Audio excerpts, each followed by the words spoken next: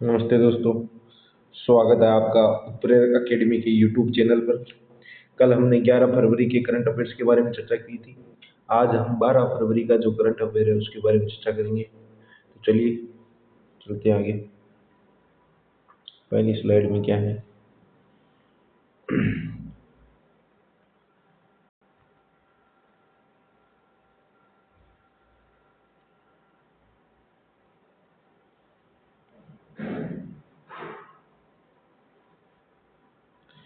पहली स्लाइड में पहली न्यूज है स्त्री की दिव्यता की।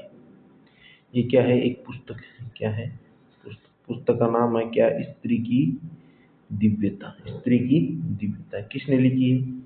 ये पुस्तक लिखी है गुलाब कोठारी ने। गुलाब कोठारी ने कौन है? गुलाब कोठारी राजस्थान पत्रिका समूह के प्रधान संपादक। इन्हें पहले मूर्ति देवी पुरस्कार से भी ये सम्मानित हो चुके हैं। ठीक है। इस पुस्तक में है क्या है? किसके बारे में? स्त्री केवल शरीर नहीं है, शक्ति और दिव्यता का प्रतीक है। स्त्री के हाथ में जन्म, पोषण और मोक्ष तीनों है। मतलब ये पुस्तक इसके बारे में स्त्री के ऊपर लिखी गई है। किसने लिखी है? गुलाब कोठारी ने लिखी है। पुस्तक का क्या नाम है? पुस्तक का नाम है स्त्री की दिव्यता। स्त्री की दिव्यता। पुस्तक का विमोचन कहाँ किया गया? NBT national book trust. NBT national book of trust कहाँ? नई दिल्ली, भारत मंडप सभागार, बसंत कुछ, नई दिल्ली में किया गया। ठीक है। विषय वस्तु हमने बताई दी कि स्त्री के बारे में है। राम बहादुर ने राय ने इसका क्या किया? विमोचन किया। विमोचन करता प्रकाशक NBT नेशनल बुक ट्रस्ट। और किस कब किया गया? 8 मार्च 2026 को। 8 मार्च 2026 को क्या है? इंटरनेशनल वुमेन डे, अंतर्राष्ट्रीय महिला दिवस के दिन इस पुस्तक का विमोचन किया। किसने विमोचन किया? राम बहादुर राय ने। पुस्तक किसकी है? गुलाब कोठारी। किसके ऊपर है? स्त्री की विशेषताओं के बारे में, दिव्यता, स्त्री की दिव्यता। पुस्तक का नाम है स्त्री की दिव्यता। चलिए चलते हैं। अगली न्यूज क्या है? जेम्स ज्वेलरी प्रदर्शनी 2026। जेम्स ज्वेलरी प्रदर्शनी 2026 कहाँ की जा रही है? Rajasthan international centre Jaipur. Rajasthan international centre Jaipur, RIC Jaipur में। ठीक है। क्या है इसमें? जयपुर के विश्व प्रसिद्ध रत्नों और आभूषणों के व्यापार को अंतर्राष्ट्रीय मंच प्रदान करने के लिए की जा रही है कि भाई जयपुर के विश्व प्रसिद्ध जो भी रत्न है, आभूषण है, के व्यापार को अंतर्राष्ट्रीय मंच प्रदान हो, इसके लिए जेम्स ज्वेलरी प्रदर्शनी लगाई जा रही है। कब लगाई जा रही है? 15 से 16 मार्च 2026 को। कहाँ पे? RIC Jaipur, Rajasthan international centre Jaipur. तो चलिए इस आगे चलते हैं अगली स्लाइड पर।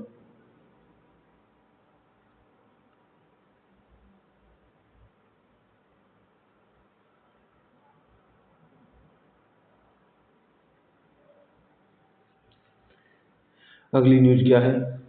अगली न्यूज है राजस्थान दिवस समारोह 2026। राजस्थान दिवस समारोह 2026।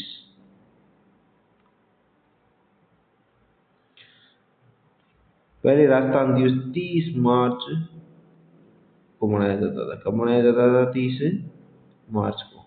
लेकिन अब राजस्थान दिवस कब मनाया जाता है? 30 मार्च को। क्यों मनाया जाता था पहले तो ये बताओ। 30 मार्च को क्या हुआ था? राजस्थान का एकीकरण का चौथा चरण था। 30 मार्च 1949 है ना, 1949 को। अब उस दिन क्या था? चैत्र शुक्ल प्रतिपदा थी। तो जो वर्तमान सरकार है ना, उसने राजस्थान दिवस चैत्र शुक्ल प्रतिपदा को मनाने का निर्णय लिया था। ठीक है। तो इसके तहत अब इस बार राजस्थान दिवस कितनी तारीख को पड़ेगा? तो इस बार राजस्थान दिवस आएगा 19 मार्च को। अब राजस्थान दिवस समारोह।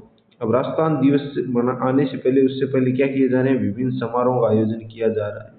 6 दिवसीय मेगा इवेंट किए जा रहे हैं। तो ये इवेंट कब से शुरू होंगे? 14 मार्च से शुरू होंगे। 14 मार्च को क्या है?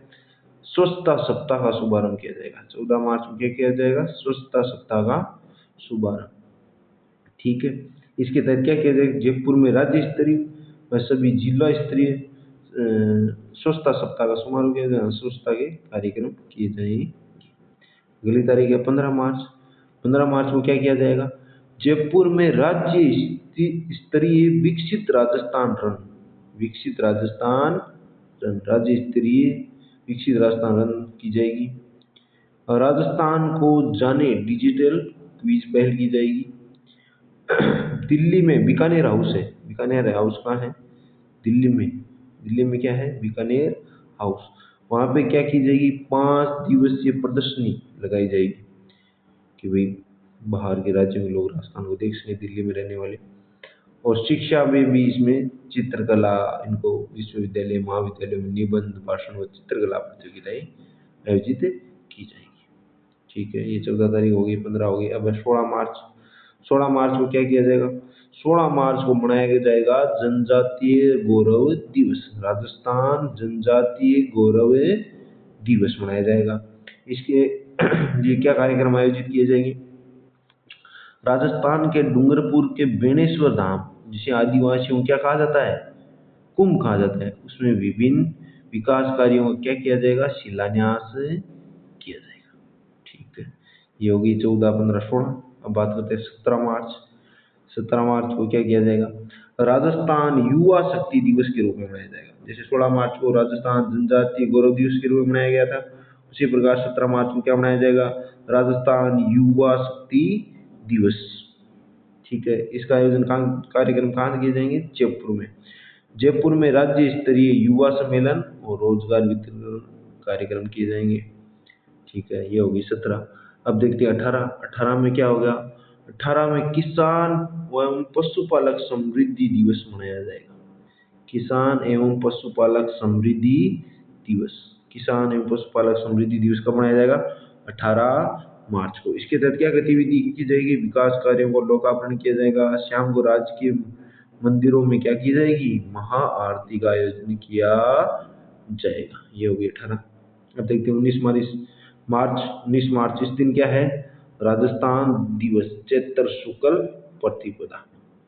तो इस बार राजस्थान दिवस का जो समारोह है, इसका आयोजन कौन से जिले में किया जाएगा, जालोर में। कहाँ किया जाएगा, जालोर में आयोजित किया जा रहा है। इसमें सम्मेलन में क्या होगा, लाभार्थी सम्मेलन, प्रत्यक्ष लाभ हस्तांतरण डीबीटी। जयपुर में भव्य राज्य स्तरीय सांस्कृतिक कार्यक्रमों का आयोजन किया जाएगा। और ये विक्रम संवत 2083, नई विक्रम संवत लगेगी उसको क्या, 2083।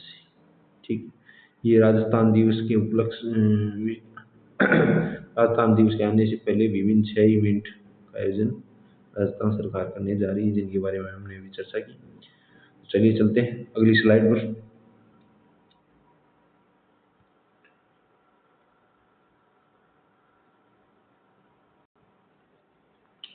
देखते हैं इसमें पहली न्यूज क्या है, शिकायत निवारण स्कोर कार्ड। शिकायत निवारण स्कोर कार्ड, DARPG की 40वीं रिपोर्ट, DARPG की 40वीं रिपोर्ट।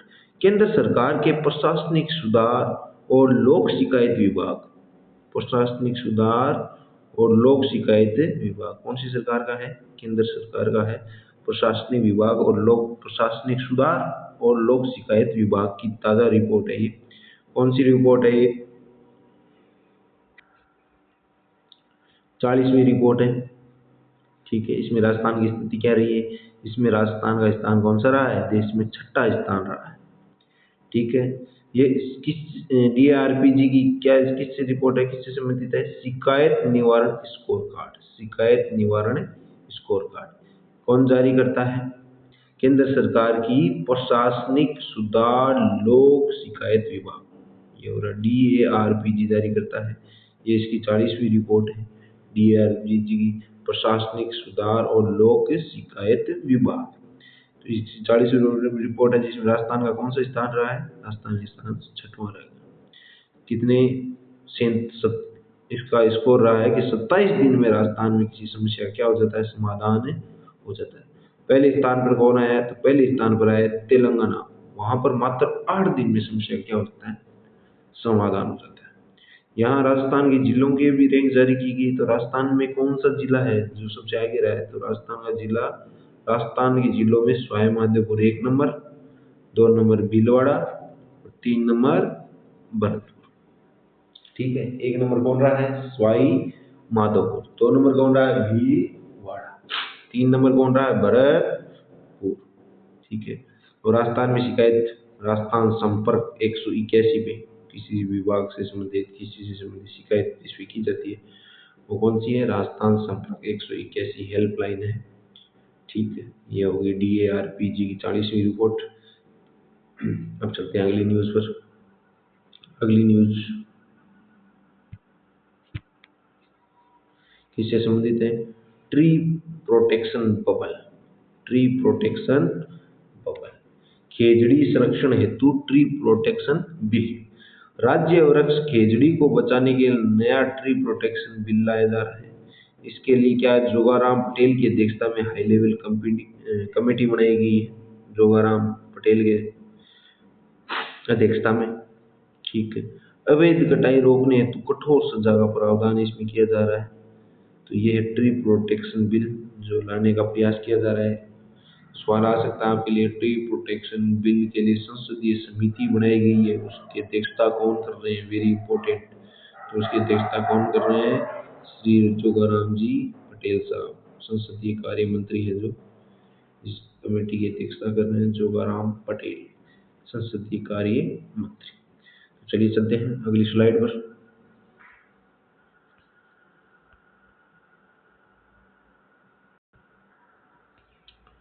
यहाँ क्या न्यूज है? ऐतिहासिक सामुदायिक पेटेंट, ऐतिहासिक सामुदायिक पेटेंट नागौरी पान मेथी को दिया गया है। किसको मिला है? एशिया ऐतिहासिक सामुदायिक पेटेंट मिला है नागौरी पान मेथी को। नागौर में 7,000 हेक्टेयर में खेती अब तक कसूरी मेथी के नाम से बेची जाती थी। मतलब 7,000 हेक्टेयर में क्या की जा रही है? खेती की जा रही है। जिसे पहले कसूरी मेथी के नाम से कहा जाता, अब इसको क्या नाम से जाना जाएगा? इसके स्वयं के नाम पान मेथी के नाम से ही जाना जाएगा। राजस्थान के नागौर जिले के प्रसिद्ध नागौरी पान मेथी को भारत सरकार के पौधा किस्म और कृषक अधिकारी संरक्षण प्राधिकरण, पौधा किस्म कृषण पौधा किस्म और कृषक अधिकार संरक्षण प्राधिकरण, protection of plant variety and farms right authority यानी PPVFRA द्वारा द्वारा मान्यता मिली है, द्वारा मान्यता दी गई है। किसके द्वारा दी गई है? PPVFRA, protection of plant protection of plant variety and farms and rights authority, protection of plant variety and farms rights authority द्वारा क्या दी जा रही है? मान्यता। ठीक है। अब कोई भी बाहरी कंपनी व्यक्ति बिना अनुमति के बीजों का व्यावसायिक उपयोग नहीं कर सकेगा। कोई भी बाहरी व्यक्ति है बिना उपयोग, इसके उपयोग में क्या लग गया है? प्रतिबंध लग गया है, पहले मंजूरी लेनी पड़ेगी। बायोपायरेसी पर इस पर क्या लगेगी? रोक लगेगी। ठीक है, डुप्लीकेट बना लेकिन इस चीज पे रोक लगेगी।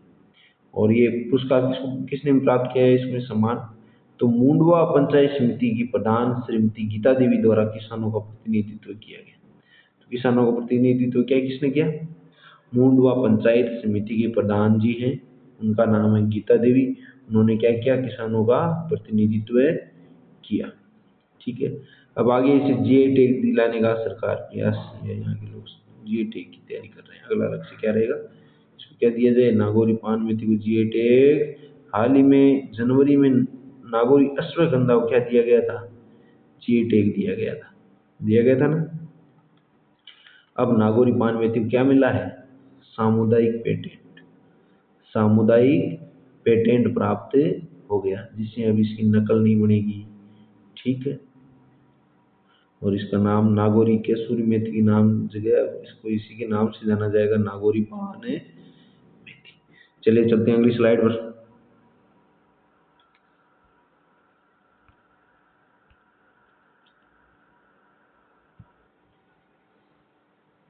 निष्क्रिय इच्छा मृत्यु, निष्क्रिय इच्छा मृत्यु हुआ क्या है? हाल ही में 11 मार्च 2026 को सुप्रीम कोर्ट ने जस्टिस जेबी पारदीवाला और केवी विश्वनाथन द्वारा 32 वर्षीय हरीश राणा के लिए लाइफ सपोर्ट हटाने की अनुमति दी गई है।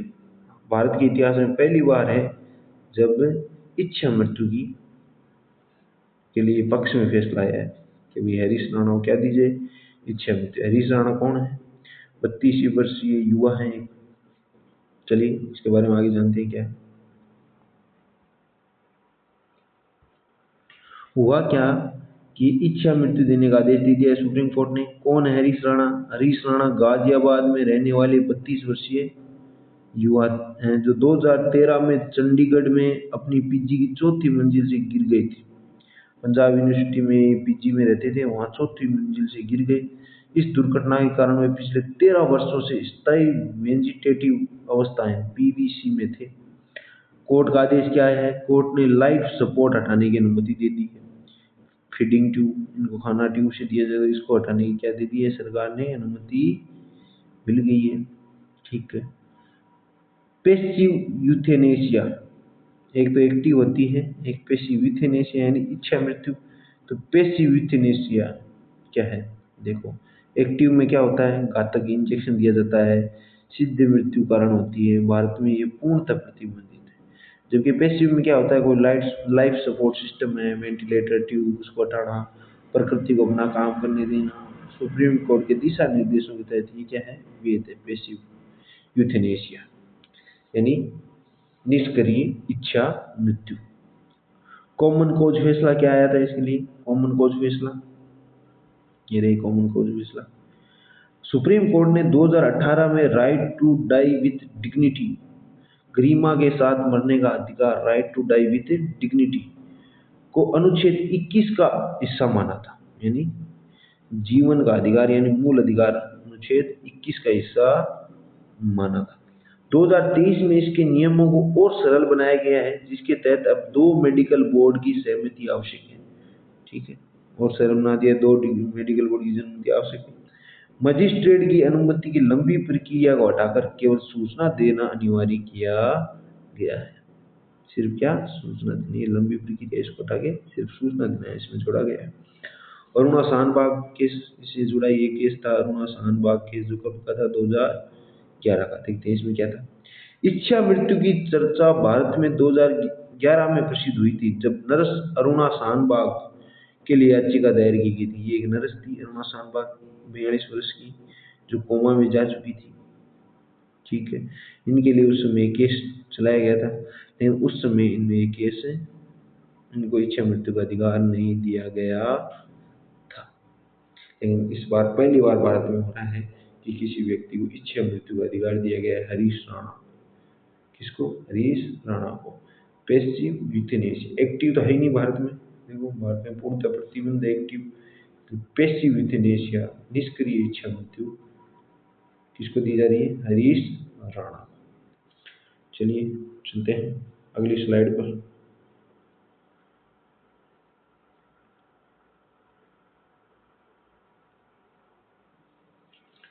अब हम बात करें मुख्य चुनाव आयुक्त के खिलाफ हटाने का प्रस्ताव। कल लाया जा रहा था, कल भी चर्चा की थी, कल की क्लास में भी। मुख्य चुनाव आयुक्त के खिलाफ क्या लाया जा रहा है? उन्हें हटाने का प्रस्ताव लाया जा रहा है। कौन ला रहा है?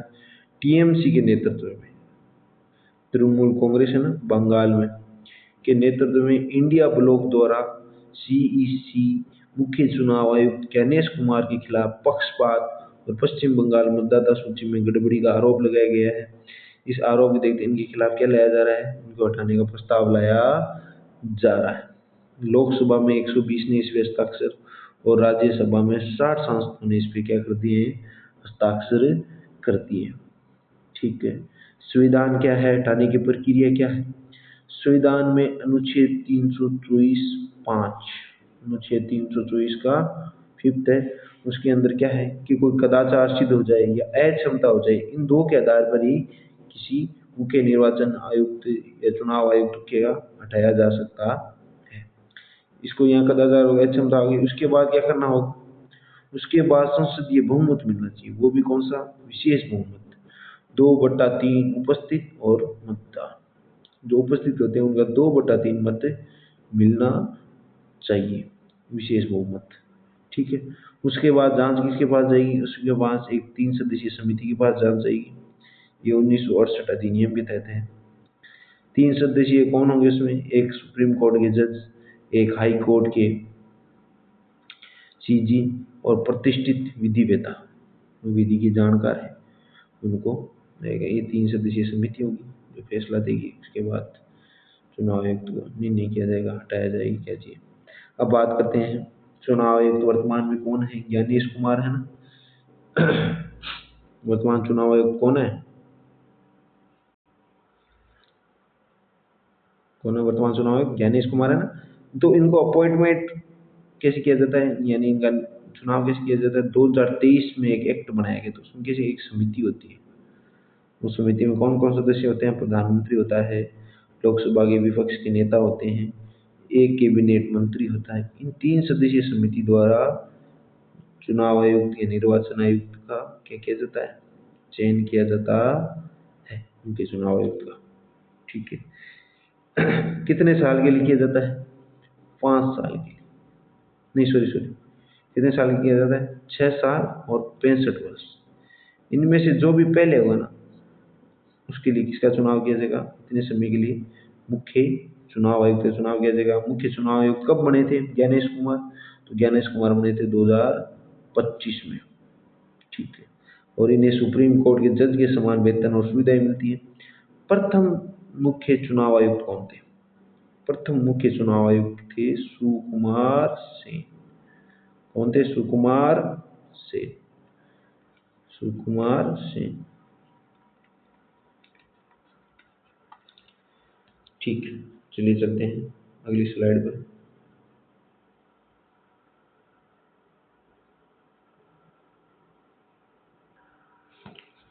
पहली क्या न्यूज है इसके अंदर, पहली न्यूज है UIDAI का बग बाउंटी प्रोग्राम, आधार प्रणाली की सुरक्षा हेतु 20 एथिकल हैकर्स को आमंत्रण किया गया है।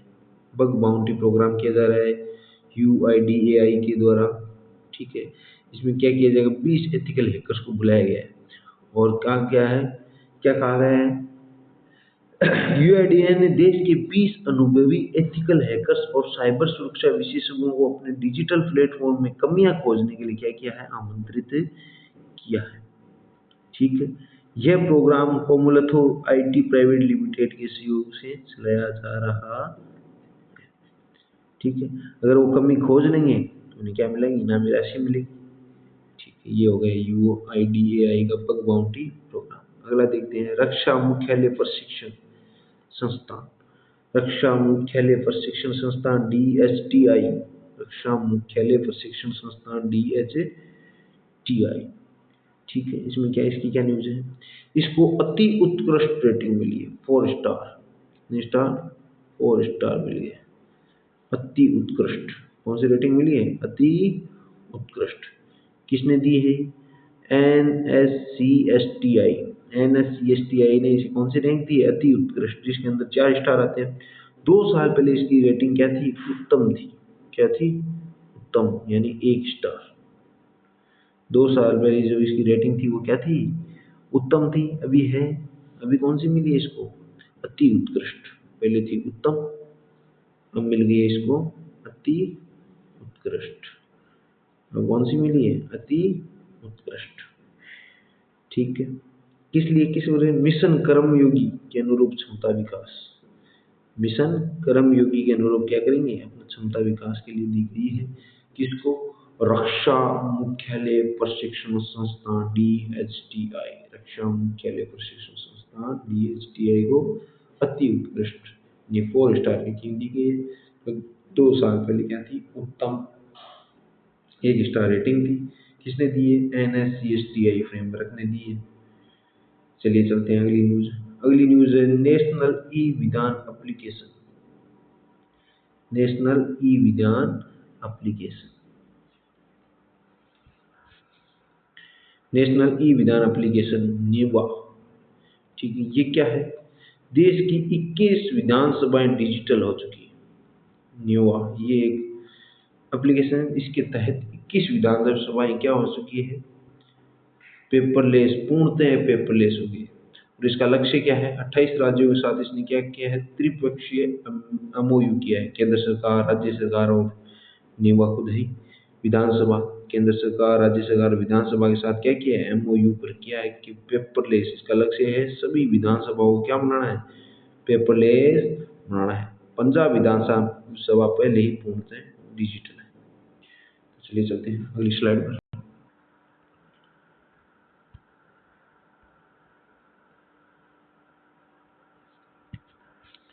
इसमें क्या न्यूज़ है, इसमें तीन न्यूज़ है। एक तो न्यूज़ है आहार 2026, आहार 2026, आहार 2026 एशिया का सबसे बड़ा खाद्य व आतिथ्य मेला। ये इसका कौन सा संस्करण है, 40वां संस्करण है। ये एशिया का सबसे बड़ा खाद्य और आतिथ्य मेला है।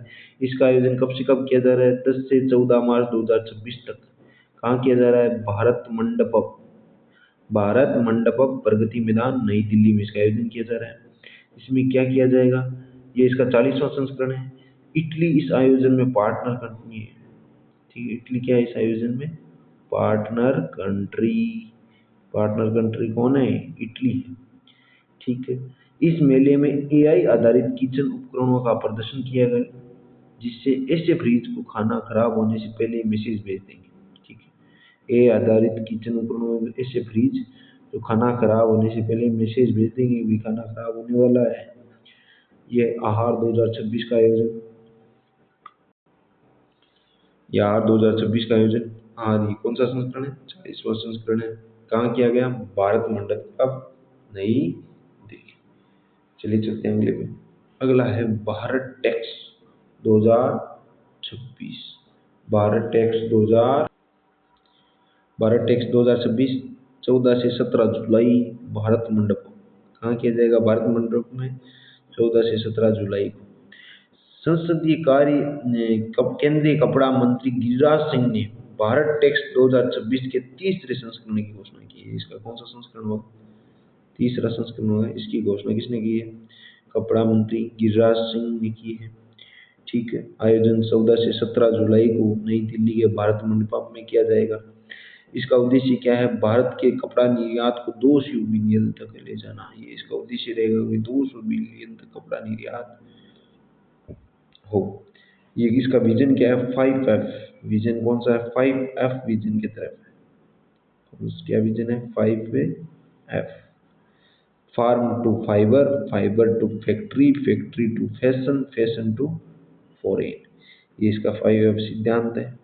इस पे ये काम कर रहा है भारत टैक्स, भारत टैक्स। ठीक है, कौन सा संस्करण, तीसरा संस्करण। आयोजन कब किया जाएगा, 14 से 17 जुलाई 2026। कहाँ किया जाएगा, भारत मंडपम नई दिल्ली। किसने घोषणा की है, गिरिराज सिंह ने। चलिए चलते हैं, 5F सिद्धांत इसमें है। अगली न्यूज पे, अगली न्यूज क्या है, अगली न्यूज है महिला एग्री फूड सिस्टम, जी सीवास 2026, जी सीवास 2026 महिला एग्री फूड सिस्टम पर वैश्विक सम्मेलन। महिला एग्री फूड सिस्टम पर वैश्विक सम्मेलन, महिला एग्री फूड सिस्टम पर वैश्विक सम्मेलन कब आयोजन होगा इसका, 12 से 14 मार्च 2026, जी शिवास 2026। कहाँ होगा आयोजन इसका, पूसा, पूसा कैंपस नई दिल्ली में। ठीक है, यह सम्मेलन संयुक्त राष्ट्र द्वारा घोषित अंतर्राष्ट्रीय महिला किसान वर्ष 2026। तो संयुक्त राष्ट्र ने 2026 को कौन सा वर्ष घोषित किया है, अंतर्राष्ट्रीय महिला किसान वर्ष 2026 के उपलक्ष्य में इसका आयोजन किया जा रहा है, जी शिवास 2026 का महिला एग्रो फूड सिस्टम पर वैश्विक सम्मेलन। ठीक है, इसमें दुनिया भर के 700 से अधिक वैज्ञानिक, नीति निर्माता और महिला किसान हिस्सा लेने जा रहे हैं। ठीक है, ये हो गए तीनों सम्मेलन। चलते हैं अगली न्यूज पर।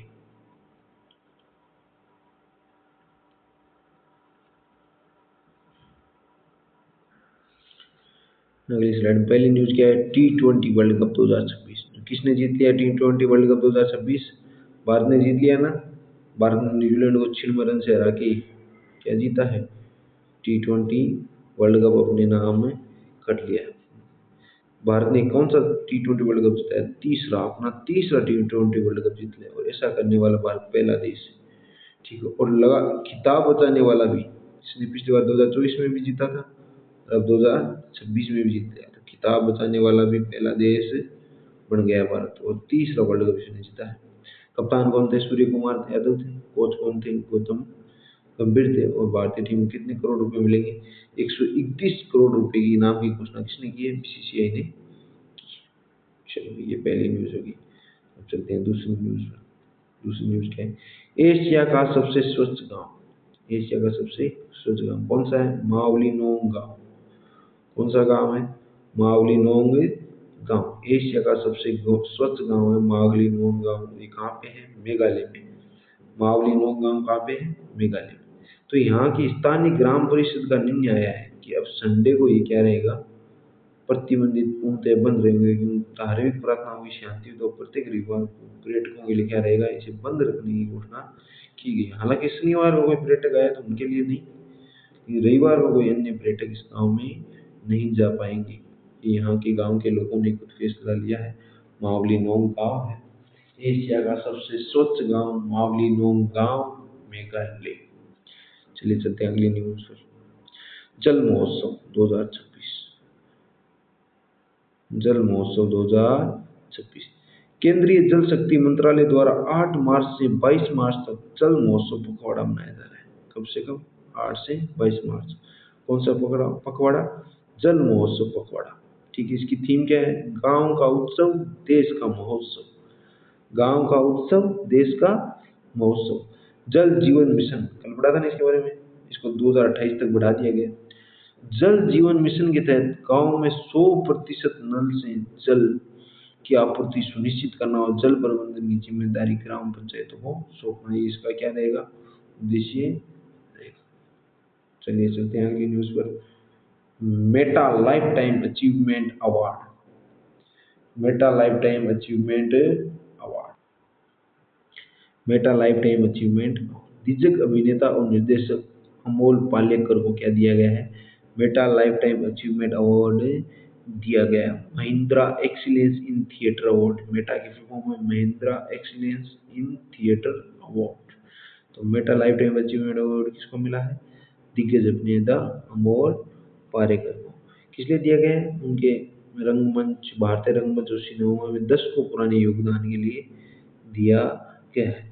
उन्हें भारतीय रंगमंच और सिनेमा में उनके 10 को पुराने योगदान के लिए चुना गया है, चुन लिया गया है उनको। पुरस्कार अभी नहीं दिया गया, पुरस्कार दिया जाएगा 19 से 25 मार्च 2026 के बीच नई दिल्ली में आयोजित समारोह में दिया जाएगा। 19 से 25 मार्च के लिए एक समारोह का आयोजन होगा, कहाँ पे होगा, नई दिल्ली में। उस आयोजन में अमोल पालेकर को मेप्टा अवार्ड से सम्मानित किया जाएगा। ये हो गई ये 4 न्यूज। चलते हैं अगली स्लाइड पर।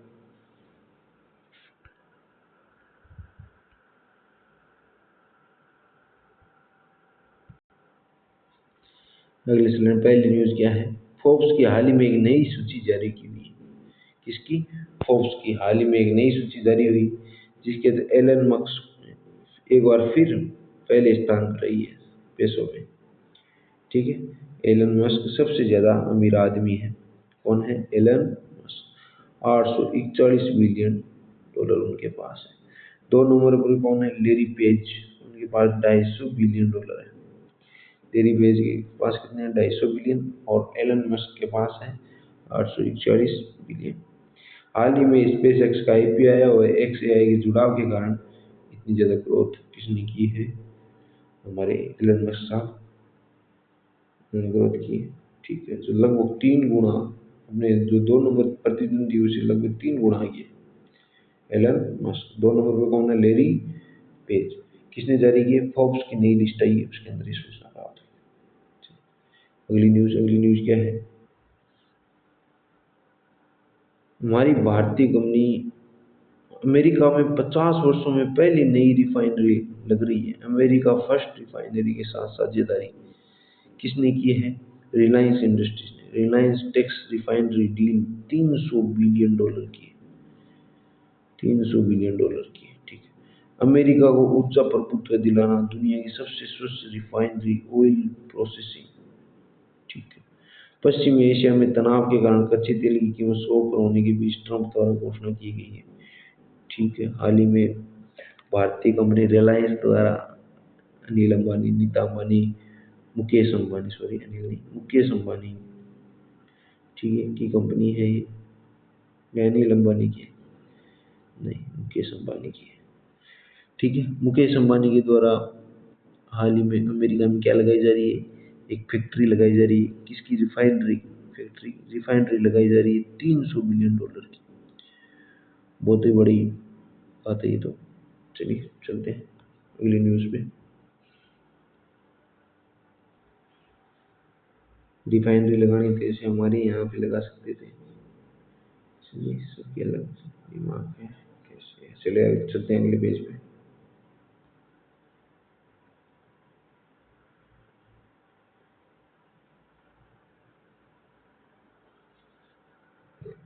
अगली न्यूज़ है हमारी, होमरूज जल डमरू बत्ती के बारे में। वैश्विक चेक पॉइंट पर संकट। वैश्विक चेक पॉइंट पर क्या है, संकट है। थाईलैंड के जहाज मयूरी नारी पर मिसाइल ड्रोन हमला कर दिया है, किसने, ईरान में। तो ईरान की आईआरजीसी ने ये ली, इसकी क्या है, जिम्मेदारी ली है। हाल ही में 11 मार्च 2026 को स्ट्रेट ऑफ हॉर्मुज में थाईलैंड के मालवाहक जहाज मयूरी नारी पर प्रोजेक्टाइल से हमला हुआ है। यह जहाज ओमान के पास हमला झेलने के बाद भारत के कंडाला पोर्ट की ओर जा रहा था। कहाँ जा रहा था, ये भारत के कंडाला पोर्ट जा रहा था, आ रहा था। ओमान में 20 क्रू मेंबर बचाए हैं। हमला कहाँ हुआ है, ओमान के पास हुआ है। ओमान ने इसके 20 क्रू मेंबर को बचा लिया है। 3 अभी भी क्या है, लापता है। 3 अभी भी क्या है, लापता।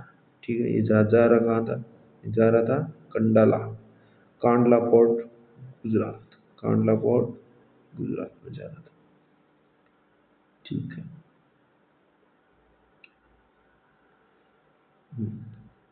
अगली न्यूज क्या है, 37 भारतीय जहाज और 1100 भारतीय नाविक इस क्षेत्र में फंसे हुए हैं। ठीक है।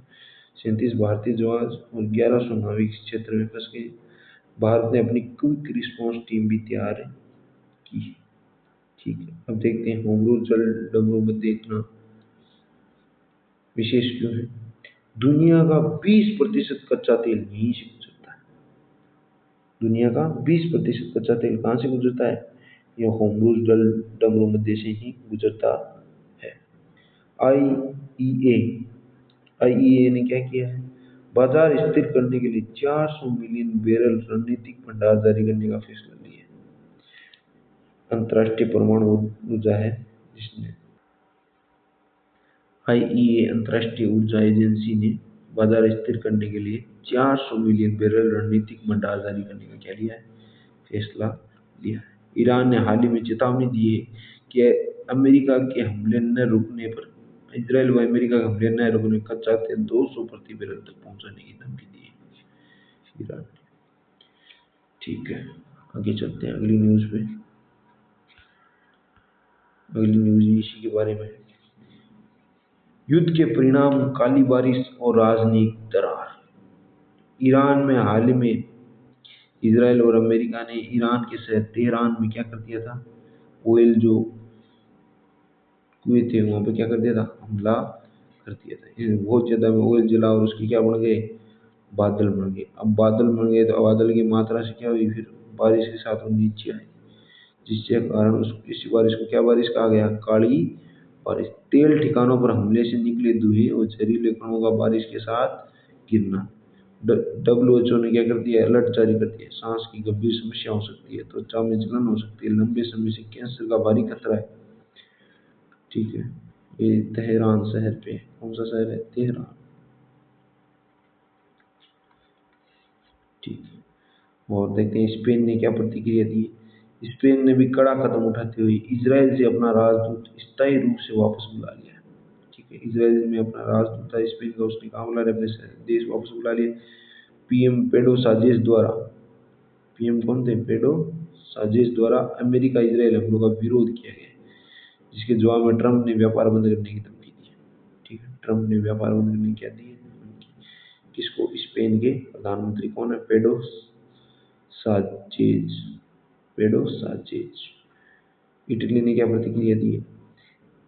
इटली की पीएम जॉर्जिया मेलोनी ने इटली की पीएम जॉर्जिया मेलोनी ने दक्षिण ईरानी के मिनाब में एक लड़कियों की स्कूल पर हुए मिसाइल हमले की निंदा की है, जिसमें 165 लड़कियों की मृत्यु हो गई थी।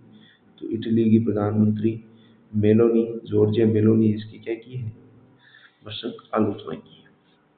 ठीक है, अब देखते हैं अगली स्लाइड में।